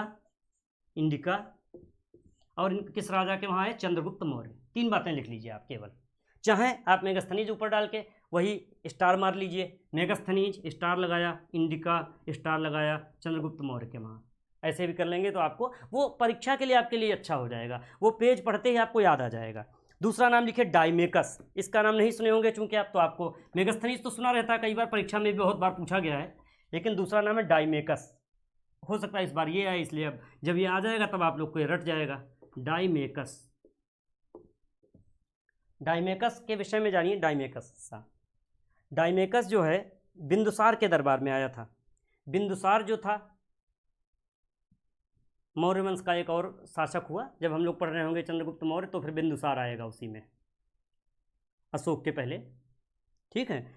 डायमेकस बिंदुसार। और तीसरा डायनोसियस। डायनोसियस जो है वो आपका अशोक के साथ। इनकी पुस्तकों के नाम नहीं पता है, इसलिए आप ये मत सोचें इनकी पुस्तकें कहाँ गई। इनकी पुस्तकें अरे बहुत अच्छा याद नहीं करना पड़ेगा, नहीं तो फिर तो याद करना पड़ेगा ना जितना लिख रहे हैं हम, ये सब याद भी तो करना पड़ेगा हम लोगों को। इसलिए इनकी पुस्तकें नहीं तो खुश होने की बात है थोड़ी सी, अशोक के यहाँ और बिंदुसार के वहाँ। इसके बाद लास्ट लिखिए विदेशी यात्रियों के साहित्य में, इधर इस उसमें पेरिप्लस, एक पुस्तक का नाम है पेरिप्लस ऑफ द इरीथ्रियन सी। बड़ी पुस्तक का नाम ही बड़ा है, इतना बड़ा नाम है कि आपको याद करने की ज़रूरत नहीं पुस्तक का नाम, क्योंकि अभी हम बताते हैं क्यों। पेरिप्लस ऑफ द इरीथ्रियन सी, इतनी बड़ी पुस्तक का नाम है। और लेखक इसका आज तक पता नहीं, यानी अज्ञात। तो आपको कुछ याद करना है इसमें? नहीं याद करना है, बस आप याद रखिए बड़ी वाली पुस्तक का नाम जब आएगा तो उस पर लिखाएंगे लेखक का नाम, उसमें लिखा होगा निम्न में से किसने लिखा है, 4 नाम आएंगे, उसी में एक अज्ञात होगा, आप अज्ञात उसको टिक कर देंगे, ठीक है। ये हो गए आपके यूनानी, जो यूनान से आए थे विदेशी यात्री। अब चीनी यात्री 2-3 हैं। चीनी यात्री, वैसे तो चीनी सामान का बहिष्कार हम लोग कर रहे हैं आजकल, कोरोना का लेकर आर्थिक संकट में तमाम बहुत सारी बातें आ रही हैं, लेकिन अब यहाँ तो हमको चीनी यात्री चूँकि इतना सारा महत्वपूर्ण साहित्य छोड़ गए हैं कि उनको पढ़ना ही पड़ेगा, बगैर उनके हमारा काम ही नहीं चलने वाला है। सबसे पहले फाहियान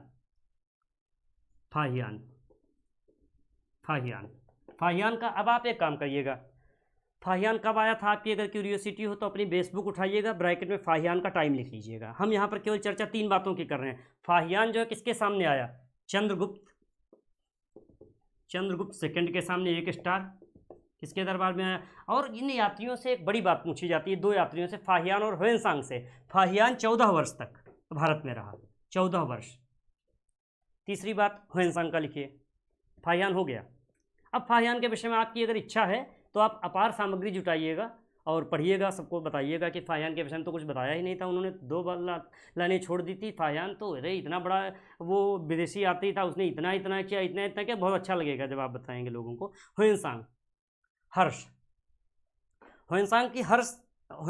के सामने आया, दूसरा यात्री हमारा ह्वेनसांग। नाम सुना होगा सबने लगभग, जो अध्ययन थोड़ा सा भी करते हैं अपना, इंटर BSc BA तक तो पढ़ते ही हैं। ह्वेनसांग हर्ष के समय आया था, 15 वर्ष रहा भारत में, देखिए 15 वर्ष रहा।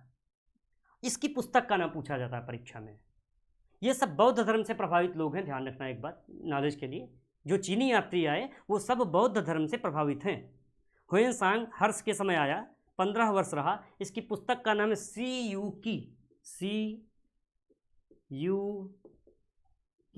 पुस्तक का नाम है।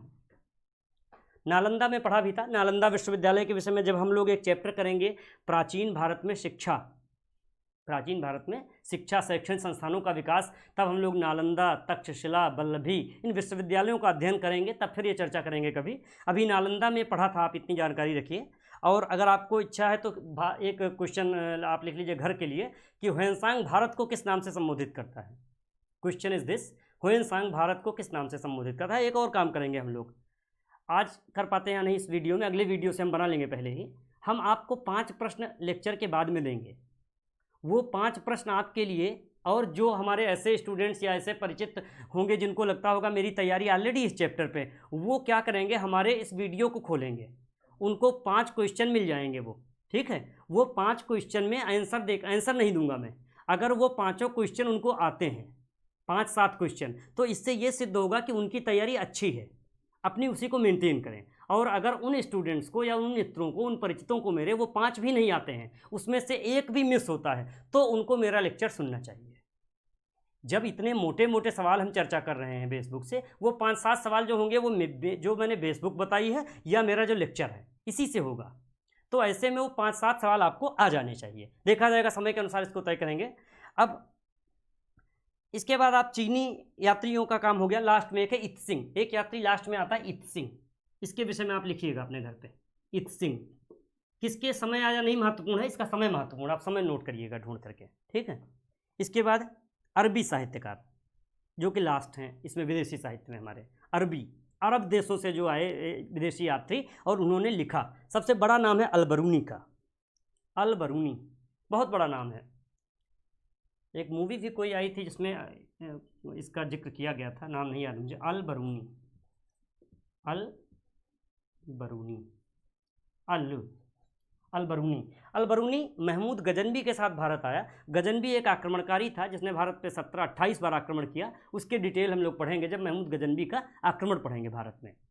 अभी फिलहाल इतना जाने कि अल बरूनी महमूद गजनवी के साथ ही आक्रमण के दौरान आया, यहाँ रुका, बहुत सारे ब्राह्मणों से, साहित्यकारों से, संस्कृत विद्वानों से, उनसे सबसे संपर्क किया उसने, और उसने भारत को बड़ा तटस्थ किताब लिखी भारत पर, भारत के रीति रिवाज पर बहुत कुछ लिखा। इतना लिखा कि आप अल बरूनी की जो पुस्तक है तहकीक हिंद, यानी भारत की खोज, भारत की खोज, उसकी पुस्तक का नाम लिख लीजिए, तहकीक हिंद अथवा किताबुल हिंद। उसकी किताब का नाम ही है किताब उल हिंद, हिंद अथवा तहकीक हिंद। तहकीक का मतलब ही होता है खोजबीन, तहकीक हिंद, तहकीक हिंद।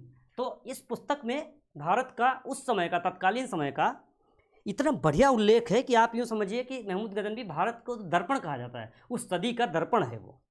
भारत की उस समय के, वर्तमान समय में जो समाज था उसका पूरा दर्पण है महमूद इसकी अल बरूनी की पुस्तक। इसके बाद अगला नाम लिखिए आप, इब्न बतूता।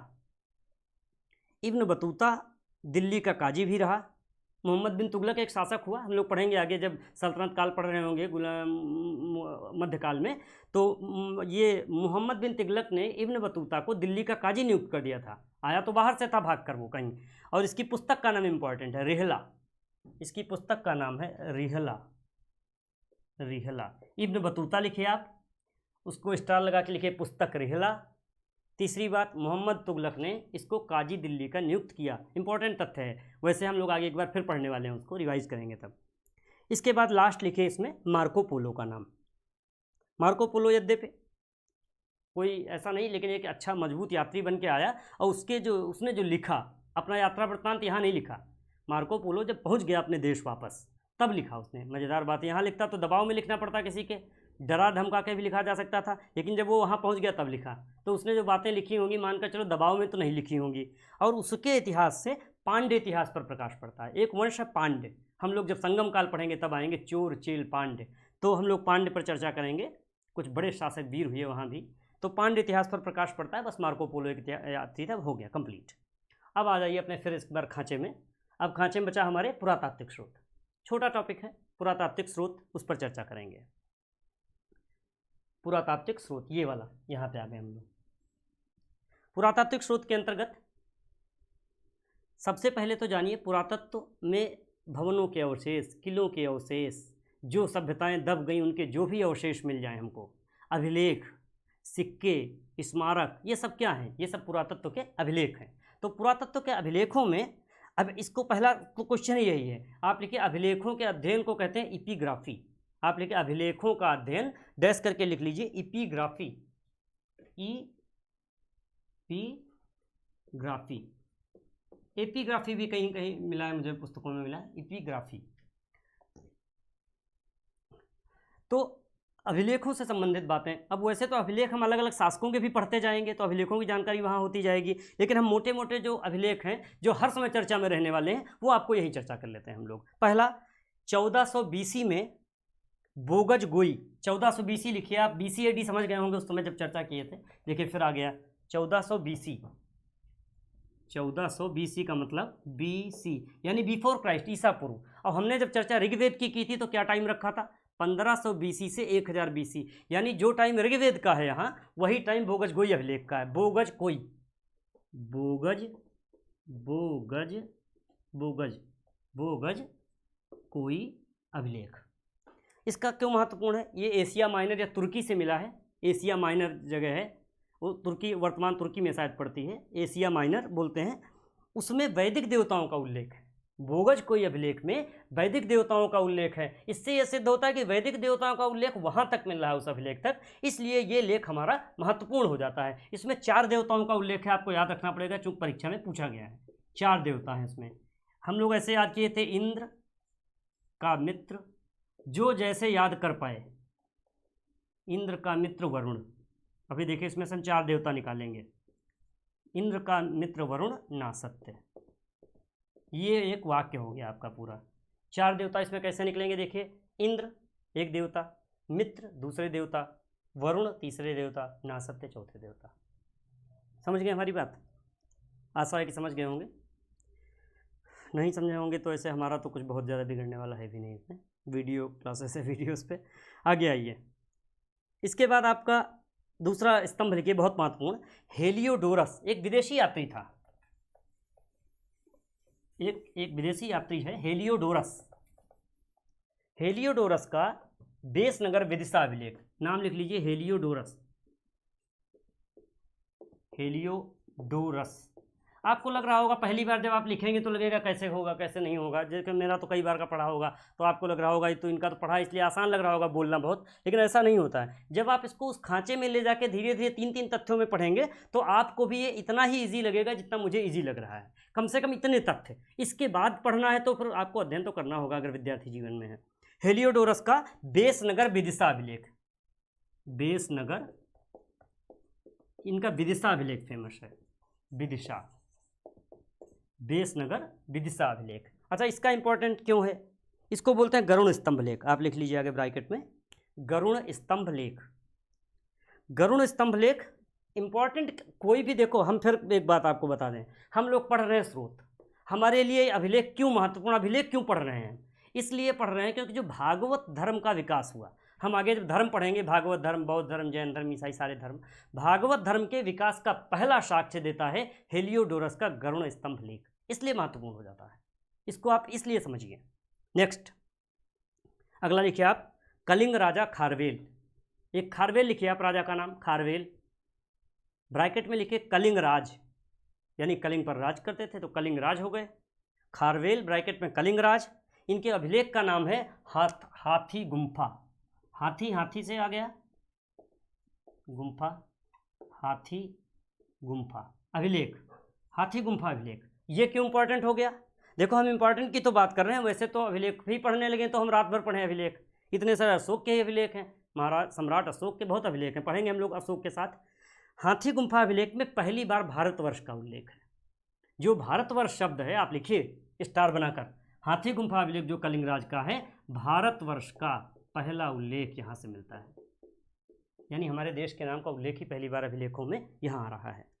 नेक्स्ट लिखिए, अगला लिखिए, आपने खारवेल लिख लिया था, अगला लिखिए सोहगौरा अभिलेख है, एक अभिलेख का नाम ही है सोहगौरा अभिलेख, बंगाल से मिला है, ये जगह है सोहगौरा, बंगाल में, सोहगौरा, और ब्रैकेट में लिख लीजिए बंगाल, तो आपकी समझ में आ जाएगा कि ये बंगाल का कोई स्थान है। ये याद रखिएगा, चूँकि आप पहली बार पढ़ रहे होंगे तो ऐसा ना हो कि जैसे खारवेल तो राजा है, आपको लगे सोहगौरा भी कोई राजा होगा, ये भी तो हो सकता है कन्फ्यूज़न में कि खारवेल राजा, और किसी से आप बात करेंगे तो बताएंगे वो जो सोहगौरा राजा का अभिलेख था, तो ऐसा कन्फ्यूज मत होइएगा, ध्यान रखिएगा सब। सोहगौरा स्थान है जो कि बंगाल में है, सोहगौरा अभिलेख। इसका इंपॉर्टेंट क्यों है?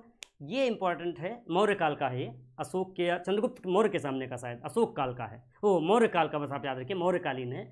इसमें पहली बार अकाल के समय खाद्यान्न सुरक्षण की बात की गई, पहली बार, फर्स्ट टाइम, तो आपके लिए इंपॉर्टेंट हो गया कि अकाल के दौरान खाद्यान्न सुरक्षित रखे जाते थे।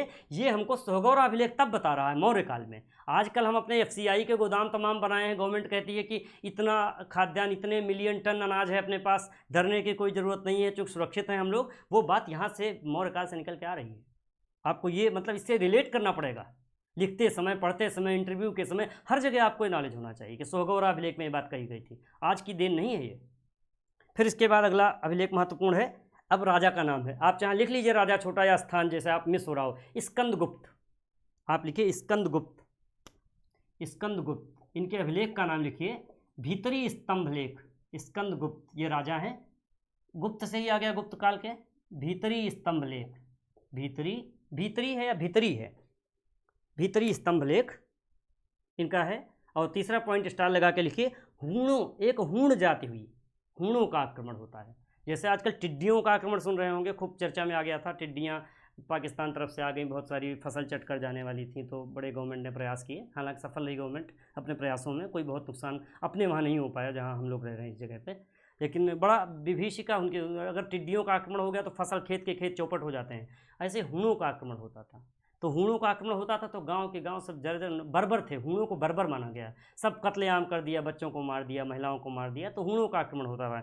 तो जो पहला आक्रमण हूणों का आता है उल्लेख, ये स्कंदगुप्त के भीतरी स्तंभ लेख से मिलता है। इसके बाद अंतिम है, हम लोग इसमें पढ़ेंगे अभिलेखों में एरण अभिलेख, लास्ट पढ़ेंगे एरण अभिलेख। ये स्थान का नाम है, ये मध्य प्रदेश में एक स्थान है एरण अभिलेख। एरण अभिलेख क्यों महत्वपूर्ण है? बहुत जो एक खराब प्रथा थी सती प्रथा, सती प्रथा, आगे आप स्टार लगा के लिखिए एरण अभिलेख के साथ, सती प्रथा का पहला साक्ष्य, सती प्रथा का जो पहला साक्ष्य है वो आपको एरण अभिलेख से मिलता है, इसलिए महत्वपूर्ण हो गया। देखिए अभिलेख बहुत सारे महत्वपूर्ण हैं। अभी हम लोग जब अशोक पढ़ेंगे तो अशोक के अभिलेख पढ़ेंगे, गौतमी पुत्र सातकर्णी, कुछ और शासन पढ़ेंगे, आंध्र सातवाहन जो पुराण के समय बात हुई थी उसमें आएंगे कुछ अच्छे अच्छे अभिलेख, वो हम उन्हीं राजाओं के साथ पढ़ते रहेंगे। ठीक है, कि हमारा ये राजचिन्ह किस अभिलेख से लिया गया है, राष्ट्रीय प्रतीक कहाँ से, सब चीज़ें आती जाएंगी धीरे धीरे। तो अभी फ़िलहाल हम लोगों ने ये जो बहुत इंपॉर्टेंट हमको लगते हैं, जिन पर हमेशा चर्चा होती रहती है, वो मैंने आपको अभिलेख कराए। इसके बाद आप अभिलेख पे कम से कम एक आधा पेज छोड़ दीजिए, क्योंकि आधा पेज नहीं छोड़ेंगे नोटबुक में तो आपको फिर वो कमी खलेगी, फिर नया पन्ना चिपकाएंगे, ये करेंगे वो करेंगे, और तब आप पछताएंगे, तब कहेंगे अब पछताए होत क्या जब चिड़िया चुग गई खेत। तो आपको अभी से मैं आगाह कर रहा हूँ। ठीक है, आप आइए अगला, इसका पुरातात्विक में अभिलेखों को पढ़ लिया हम लोगों ने, एक चीज़ और पढ़ेंगे थोड़ी सी, केवल मंदिर जो अवशेष है, मंदिर शैली आपको यहीं पे जानना पड़ेगा। मंदिर तो हम लोग धीरे धीरे पढ़ते रहेंगे कि ये सोमनाथ का मंदिर किसने बनवाया था, या दक्षिण में खजुराहो के मंदिर किसके हैं, दक्षिण में राजराजेश्वर का मंदिर किसका है, मीनाक्षी मंदिर किसका है, बड़े बड़े मंदिर हैं। लेकिन अभी हम लोग सिर्फ इतना जानेंगे कि जो मंदिरों के अवशेष तो पूरे देश में मिले हैं, मंदिर पूरे देश में बनाए जाते थे, तो मंदिरों के जो मंदिर शैली थी उन शैलियों को हम 3 नामों से जानते हैं। केवल इतना जान लीजिए, मंदिर शैली, हेडिंग डाल लीजिए अपनी, मंदिर शैली, शैली तमाम लोगों को पता होगा, नहीं पता है वो लोग अब जानेंगे। जैसे उत्तर भारत के जो मंदिर हैं अपने वहाँ, जहाँ हम लोग इस समय बात कर रहे हैं, उत्तर भारत के मंदिरों को कहते हैं नागर शैली के मंदिर। क्या बोलेंगे? नागर शैली के, यानी कि एक आपको ऊपर मिलेगा मुकुट और उस तरह का जो गुंबद बना हुआ है आपका, उसके ऊपर कोई त्रिशूल या उस तरह का, इस तरह ये नागर शैली है। शैलियाँ तो वास्तुकला का एक अलग टॉपिक है पूरा, वो एक बहुत महत्वपूर्ण टॉपिक है वास्तुकला का। हम लोग केवल इतना जानेंगे उत्तर भारत के मंदिरों के शैली को क्या कहते हैं, नागर। और जो दक्षिण भारत के मंदिर बनते हैं, दक्षिण भारत के, उनको बोलते हैं द्रविड़, द्रविड़ शैली।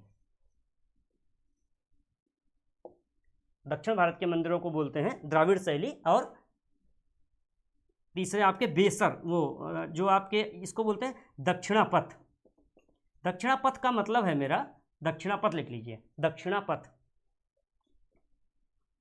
इसको बोलते हैं बेसर शैली, बेसर शैली, बेसर शैली यानी मिक्स है। दक्षिणापथ में उत्तर और दक्षिण के साइन दोनों के चिन्ह मिक्स हो जाते हैं। तो उत्तर भारत में नागर, दक्षिण भारत में द्राविड़ और दक्षिणापथ में बेसर शैली। ये केवल शैलियों के नाम लिखे हैं हमने। आगे परीक्षा में पूछा ये भी जाता है कि जैसे आपसे पूछ लेगा खजुराहो के मंदिर किस शैली में निर्मित हैं, या मीनाक्षी मंदिर किस शैली में निर्मित है, या दक्षिण, यही पूछ लेगा उत्तर भारत की शैली को क्या कहा जाता है। तो आपके दिमाग में रहना चाहिए। जब हम लोग मंदिर शैली एक बार फिर पढ़ेंगे, मंदिर या शासकों के साथ, जैसे जब चोल राज पढ़ेंगे तो हम मंदिर वहाँ के पढ़ लेंगे, या जब हम मीनाक्षी मदुरै पढ़ रहे होंगे पांड्यों का तो वहाँ मीनाक्षी मंदिर आ जाएगा। इस तरह से मंदिर, सोमनाथ मंदिर के विषय में जब महमूद गजनवी का आक्रमण पढ़ रहे होंगे तो सोमनाथ का आ जाएगा। इस तरह से हम लोग इसको करेंगे। अब पुरातात्विक स्रोतों के विषय में हमारी जानकारी कंप्लीट होती है। यानी आज का लेक्चर, हमारा जो पहला लेक्चर हम लोगों ने रखा था पुरातात्विक प्राचीन भारत इतिहास के स्रोत, उस विषय में मोटा मोटा पूरा करते हैं। देखो मैंने कई बार कहा है कि ये कंप्लीट नहीं है, क्योंकि अभी हम इतनी देर में आपको पूरा कैसे दे सकते हैं। इतना ऐसे हो जाए तब तो फिर 30 दिन में भूगोल इतिहास हो गया, सिलेक्शन ऐसा नहीं होता है। आपको बहुत मेहनत करनी होगी। अगर आप न्यू कमर स्टूडेंट हैं, नए स्टूडेंट हैं, ग्रेजुएट कर रहे हैं, पीजी कर रहे हैं या तैयारी कर रहे हैं, तो आपको बहुत मेहनत करनी होगी। इसके लिए समय बहुत ज़रूरी है देना। जब आप 2 घंटे ये लेके बैठेंगे, 4 घंटे, तो आपको अच्छा लगेगा। इन्हीं चैप्टर के साथ, इन्हीं खाँचों में, मैंने कहा था ना, जैसे तिरंगा है अपना राष्ट्रीय ध्वज, उसमें 2 रंग हमने भर दिए, केसरिया और सफ़ेद। अब आपको हरा और नीले रंग का चक्र आपकी जिम्मेदारी है। यानी रंग जब सारे भर जाएंगे तो आप बेस बुक से इसको पूरा करिएगा और तब पढ़िएगा, तो आपको फिर मज़ा आएगा। आपको अगर कोई समस्या लगती है तो कमेंट में, और समस्या ही नहीं बल्कि मैं चाहूँगा कमेंट आप वैसे भी करें, आप क्लास पढ़कर आपको कैसा लगा, क्योंकि अगर वो कमेंट ही मेरी ऊर्जा है, वो कमेंट पढ़कर मुझे लगेगा कि हाँ मैं सही दिशा में जा रहा हूँ और आपके लिए कुछ अच्छा और कर पाऊँगा मैं। इस तरह से आप अपने क्लासेस को हम लोग मेंटेन करेंगे। आज हमारा पहला क्लास हो गया पुरातात्विक स्रोत वाला। इसके बाद दूसरा क्लास हम लोगों ने जो डिसाइड किया था वो था सिंधु सभ्यता पर। अब अगला वीडियो जो होगा मेरा वो सिंधु सभ्यता को लेकर के हम लोग फिर प्रकट होंगे और सिंधु सभ्यता के विषय में जानेंगे कैसे कैसे बड़ा मज़े से लोग नगरों में रहा करते थे। फिर उस पूरी सभ्यता, इतनी बड़ी सभ्यता का पतन हो गया, कैसे पतन हो गया, कहाँ चला गया, आज जो हम जी रहे हैं क्या सिंधु सभ्यता से रिलेट करेंगे। बहुत सारी मज़ेदार बातें हम लोग करेंगे उसमें।